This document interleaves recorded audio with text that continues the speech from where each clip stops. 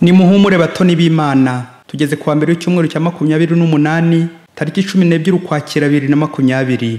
Isomo rya mbere ni ryo mu Europa Mutagatifu yandikiye Abanyagalati umutwe wa 4 umurongo 22 kugeza ku 24 n'umurongo 26 kugeza ku 27 wa 30 n'umutwe wa 5 umurongo wa mbere. Bavandimwe, koko rero biranditswe ko Abrahamu yagize abahungu babiri, umwe yavutse ku muja undi ku mugore utigeze ubuja, ariko umuja yavutse ku bwa kamere y'umubiri, naho umugore utari umuja avuka ku bw'isezerano. Ibyo ni incamarenga. Abo bagore bashushanya amasezerano ko ari abiri, rimwe ryo ku musozi wa Sinayi rikabyarira ubuja ni Hagara, naho Yerusalemu yo mu ijuru rigenga niyo umubyeyi wacu. Koko rero byanditswe ngo ishime mugore w'ingumba wowe utigeze ubyara, rangura maze uvuze impundu wowe utamenye ububare bw'igise, kuko abana b'intago baruta ubwinshi abubana n'umugabo. Bityo rero bavandimwe, titukiri abana b'umuja, turi abana b'umugore wigenga. Kristo yaratubohoye kugira ngo tugire ubwigenge. Nimwemarare rero, mwirinde ko umutwaro w'ubucakara wakongera kubagonda ijosi. Iryo ni ijambo ry'Imana. Zaburi 113. Izina ry'Uhoraho nirisingizwe ubu ngubu n'iteka ryose. Ivanjili yanditswe na Luka umutwe wa 11 umurongo 29 kugeza ku 32. Muri icyo gihe abantu bamaze guterana ari benshi, Yesu arababwira ati, abiyi ngoma n'abantu babi barashaka ikimenyetso, nyamara nta kimenyetso bazahabwa atari icya Yonasi. Nk'uko Yonasi yabereye Abanyaninive ikimenyetso, ni nako umwana w'umuntu azakibera abiyi ngoma. Ku munsi w'urubanza umwamikazi w'igihugu cy'epfo azahagurukira abiyi ngoma maze abatsinde, kuko yaturutse iyo gihera aje kumva ubuhanga bwa Salomoni, kandi hano hari uruta Salomoni. Kuri uwo munsi w'urubanza Abanyaninive nabo bazahagurukira abiyi ngoma maze babatsinde, kuko bumvise inyigisho za Yonasi maze bakisubiraho, kandi hano hari uruta Yonasi. Iyo ni Ivanjili ntagatifu. Bana b'Imana, Imana iradukunda. Imana yadutegurira amasomo aryoshye cyane. Tujye kuzirikana ku ijambo ubwigenge, la liberté. Hari umuntu wigeze gukorera undi ubugome, amuzirikaho ibuye rinini ku ijosi ngo agiye kumoroha mu nyanja, nuko amukubita mu mazi ahita yiruka. Undi baboshye ryabuye rihita rirahambuka, wa muntu aho kurohama aroga ararokoka. Bavandimwe, mu buzima tubamo hari ubwo dushikamira abandi cyangwa natwe tugashikamirwa, ariko uyu munsi Nyagasani arashaka ko tubohoka tukava mu bucakara bw'ikibi tukagira ubwigenge. Mu isomo rya mbere Paulo Mutagatifu mu twumvisha ubwigenge aragereranya abagore babiri ba Abrahamu, Sara wigenga kubera isezerano na Hagara utigenga kubera ko atari uwisezerano, ni umucakara. Amategeko y'Abayahudi mu isezerano rya kera yagiraga abayoboke b'Imana bacakara, esclave de la loi juive, ariko aho Kristo aziye mu isezerano rishya adukura ku ngoyi ku bucakara bw'amategeko aduha kwigenga. Paulo yagize ati, Kristo yaratubohoye kugira ngo tugire ubwigenge. Nimwemarare rero, mwirinde ko umutwaro w'ubucakara wakongera kubagonda ijosi. Ariko ubundi kwigenga ni iki? Ni ugukora icyo ushatse igihe ushakiye, ukabaho uko ushatse? Oya, Yesu mu Ivanjili araduhamiriza ko ubwigenge ari uko uri kumwe n'Imana, gucungwa n'Imana, nibwo bwigenge nyakuri.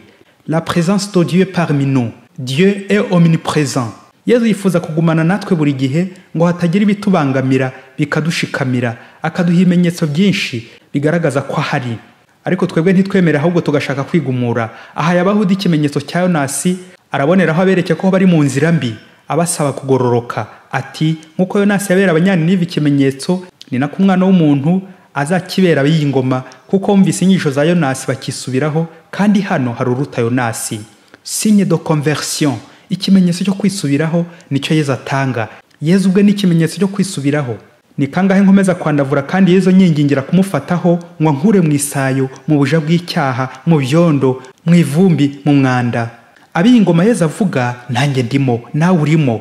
Wasanga hari umutwaro w'ibyaha ngihetse ukiri ku ngondi ijosi, kandi Yesu ndi hafi ngo anduhure. Hari abumva ubwigenge ukubiri. Ubwa mbere hari abafata ubwigenge nk'ubwisanzure, ngo bakubise wikorera icyo ushatse, ntihagire ukuvuguruza, ntihagire ukuvangira. Wumva baguha rugari ukishora mu kibi. Icyo gihe urigenga, ariko ugiye ku ngoyi ya Sekibi, usubiye mu bucakara bw'icyaha. Naho uburyo bwa kabiri, ubwigenge ni ugucungwa n'Imana, kureka ukaguma mu maboko y'Imana, niho udakora amabi. La liberté c'est faire le bien. Kwigenga ni ugukora neza, ni ukuba uri kumwe n'Imana ufite Yesu. Ikimenyetso cya Yesu uraho akakuzitira guhemuka, kudohoka, ugahora umutinya. Présence de Jésus qui nous rend libre. Umugore wajya guca inyuma umugabo we ariko agakora ku buryo yiyorobeka umugabo ntabimenye. Umugabo yaba yiriwe mu rugo, umugore akabura ubwisanzure bwo guhemuka, agahora yifuza ko umugabo yamuva iruhande ngo yisanzure. Nuko umunsi umwe umugabo aza kwigira ku kazi gukora kure, wa mugore nawe ahita atumaho undi mugabo bajyaga bahemukana, ngo none hari kwigenga ntawe umubona, ngo ntawe uzabimenya kuko ntawe babonaga umugabo yagiye. Hashize igihe kirekire bari muri urwo, umugabo aza kugaruka yari yibagiwe irangamuntu. Ageze iwe, wa mugabo w'umuhemu ariruka, ntiyanamenya uwo ari we. Ahubwo umugore atangira kwisobanura ku mugabo we ati, hari musaza wanjye wari wansuye, none usanze agiye ntumusuhuje. Umugabo ntiyabyitaho, akomeza kujya kwishakira irangamuntu ye. Wa mugabo mu kwiruka yari yasize jaketi ye hafi y'igitanda aho irangamuntu yari ibitse. Bituma nyir'urugo ahita avumbura ibyo umugore yari arimo n'uwo mugabo. Nuko ahita yambara ya jaketi, yiyereka umugore ati, namba akajaketi ka musaza wawe. Wa mugore agira agahinda kenshi. Baba bagiye ku meza, wa mugabo we agashyiramo akajaketi ati, namba akajaketi ka musaza wawe. Umugore agashenguka cyane, bigatuma atongera kugira apeti, ibiryo bikamunanira. Baba bagiye kuryama, wa mugabo akagasubizamo ati, namba akajaketi ka musaza wawe. Umugore nanone akabura ibitotsi, akarara mu gahinda. Iminsi yose yakurikiyeho, ubuzima bw'uwo mugore bugenda burushaho kuba umwaku. Umugabo abonye umugore agiye kumupfana n'agahinda, amubaza icyo yamukorera ngo akire. Umugore ati, ntuzongere kwambara ako kajaketi, nzahita nkira. Nuko umugore aheraho amubwira ukuri kose, ko yajyaga amuca inyuma, ko ariko abonye isomo ko atazasubira. Nuko umugabo amuha imbabazi, ka kajaketi baragatwika.